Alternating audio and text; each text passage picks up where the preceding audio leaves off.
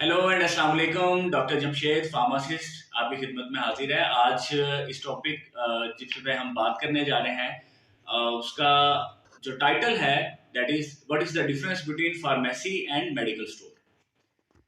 अब हम आज फर्क जानेंगे कि मेडिकल स्टोर में और फार्मेसी में क्या फर्क होता है। इस फर्क को जानने से पहले मैं आपको थोड़ा सा ये तारुफ देता जाऊं कि मैं आज जिस जगह पे मौजूद हूँ वो Edwards college of health sciences जो कि बहावलपुर का एक बाएतमाद और बड़ा अच्छा रिप्यूटेड इदारा है जो फार्मेसी टेक्नीशियन यानी कि बी कैटेगरी का जो है वो कोर्स ऑफर कर रहे हैं और इस कोर्स को करने के बाद आप अपना मेडिकल स्टोर ओपन कर सकते हैं। अब इसी बात पे हम दोबारा वापस आएंगे कि मेडिकल स्टोर आखिर आप कैसे बना सकते हैं और एक फार्मेसी कैसे बना सकते हैं और इन दोनों में बुनियादी फर्क क्या है।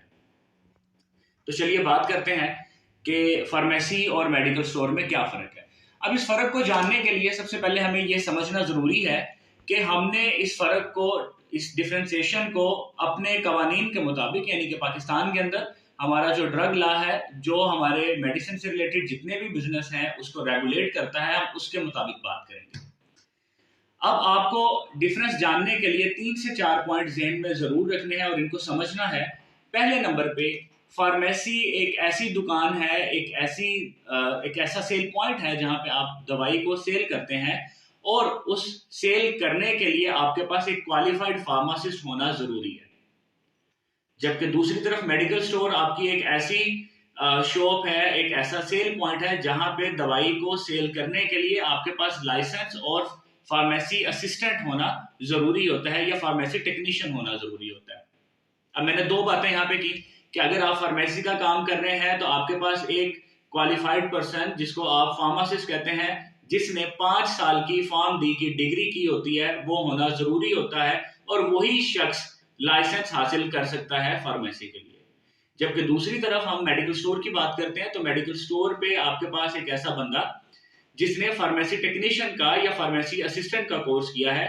फार्मेसी टेक्नीशियन बेसिकली 2 साल का एक ऐसा डिप्लोमा है जिसको करने के बाद आप लाइसेंस हासिल कर सकते हैं मेडिकल स्टोर का और उस लाइसेंस की बेस के ऊपर आप अपना एक मेडिकल स्टोर चला सकते हैं। तो ये एक डिफरेंशिएशन पॉइंट नंबर 1 था कि एक मेडिकल स्टोर के लिए आपके पास फार्मेसी टेक्नीशियन का होना जरूरी है और एक फार्मेसी के लिए आपके पास एक फार्मासिस्ट का होना जरूरी है। फार्मासिस्ट वो बंदा है जिसने 5 साल का कोर्स किया हुआ है और फार्मेसी टेक्नीशियन वो बंदा है जिसने 2 साल का डिप्लोमा किया हुआ है। अब पॉइंट नंबर 2 पे चलते हैं। अब इनकी फार्मेसी पे अगर आपने दवाई सेल करनी है या मेडिकल स्टोर पे आपने दवाई सेल करनी है तो it should be under the direct supervision of a qualified person and in case of pharmacy your qualified person is pharmacist and in case of medical store your qualified person is pharmacy assistant और pharmacy technician. Number 3, अब आप दवाई cell कर सकते हैं। अब फर्क हमें ये पूछा जाता है कि मेडिकल स्टोर वाला भी वही दवाइयां बेच रहा है, फार्मेसी वाला भी वही दवाइयां बेच रहा है, तो आखिरकार इनमें फर्क क्या है। अब फर्क की अगर हम बात करते हैं तो फर्क इसमें यह है कि फार्मेसी पे आप किसी भी किस्म की कोई भी दवाई जो कि लाइसेंस है, अप्रूव्ड है, आप उसको सेल कर सकते हैं but under the supervision of a pharmacist. जबकि मेडिकल स्टोर में आपके पास बहुत सारी ऐसी अद्वयात हैं जो आप सेल नहीं कर सकते। यानी कि अगर मैं आपको पाकिस्तान के लॉ के मुताबिक बताऊं तो हमारे पास एक शेड्यूल जी है। शेड्यूल जी आपको हमारी ड्रग लॉ की बुक के अंदर भी मिल जाएगा। मैं डिस्क्रिप्शन में भी गुजारिश करूंगा कि हम उसको ऐड करें। शेड्यूल जी बेसिकली एक लिस्ट है दवाइयों की, अद्वयात की एक ऐसी लिस्ट है जिसके अंदर वो तमाम दवाइयां लिस्टेड हैं जो कि एक मेडिकल स्टोर पे सेल नहीं की जा सकती। अगर मैं चंद एग्जांपल जिसमें देना चाहूं तो बहुत सारी एंटीबायोटिक्स हैं, बहुत सारी एंटीवायरल्स हैं, बहुत सारी ऐसी दवाइयां जो एनेस्थीसिया के लिए बेहोशी वाली अद्वयात हैं और बहुत सारी ऐसी दवाइयां हैं जो मेलिग्नेंसी में यानी कि जो कैंसर के पेशेंट में इस्तेमाल करवाई जाती हैं। वो दवाइयां एक मेडिकल स्टोर वाला सेल परचेज नहीं कर सकता। तो अब यहाँ पे मैं वाज़ेह कर दूं दोबारा कि फार्मेसी पे जितनी भी अप्रूव्ड दवाइयां हैं गवर्नमेंट ऑफ पाकिस्तान से, आपकी ड्रैप से, वो तमाम दवाइयां सेल की जा सकती हैं और फार्मेसी के बरक्स जो हमारा मेडिकल स्टोर है वहां पे हमारे पास रिस्ट्रिक्शन है, पाबंदी है कि उसने शेड्यूल जी वाली दवाइयां जिसमें मैंने आपको अभी एग्जांपल दी, मिसालें दी, वो दवाइयां वो मेडिकल स्टोर पे सेल नहीं किए जा सकती। अगले पॉइंट पे चलते हैं, पॉइंट नंबर 4 पे। तो उसमें एक हम और डिफरेंशिएशन करना चाहें तो वो डिफ्रेंसिएशन ये होती है कि एक मेडिकल स्टोर पे अगर आप एक मेडिकल स्टोर बना रहे हैं तो उसका जो डिस्प्ले है it should be in blue colour. उसका जो बैकग्राउंड है वो ब्लू होना चाहिए और उसके ऊपर राइटिंग व्हाइट होनी चाहिए, जिसके ऊपर क्लियरली व्हाइट राइटिंग से मेडिकल स्टोर का लफ्ज होना जरूरी है।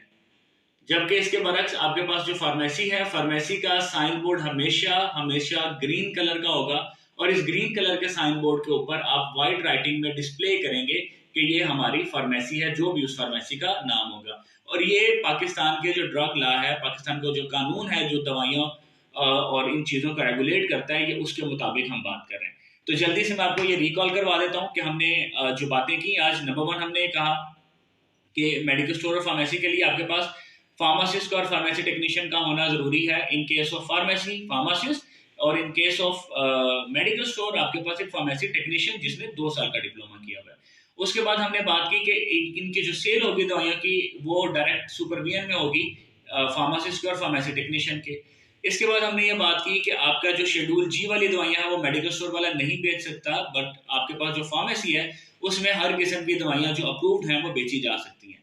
नेक्स्ट हमने बात की कि आपके पास जो मेडिकल स्टोर है, मेडिकल स्टोर का हमेशा जो बैकग्राउंड कलर होगा साइन बोर्ड का it should be blue, but in case of pharmacy वो ग्रीन होना चाहिए। And finally and the most important thing, बहुत जो खास बात है वो ये है कि फार्मेसी के केस में अगर आप एक फार्मेसी बना रहे हैं and you are a pharmacist, तो आप वहां पे अपनी एक्सटेम्पोरेनियस प्रिपरेशंस यानी कि कंपाउंडिंग भी कर सकते हैं। मैं जल्दी से बताता जाऊंगा कि कंपाउंडिंग एक्सटेम्पोरेनियस प्रिपरेशन क्या होती है। वो ऐसी दवाइयां होती हैं जो मार्केट में रेडिली अवेलेबल नहीं होती, यानी कि बनी बनाई नहीं मिलती, कंपनी बना नहीं रही होती।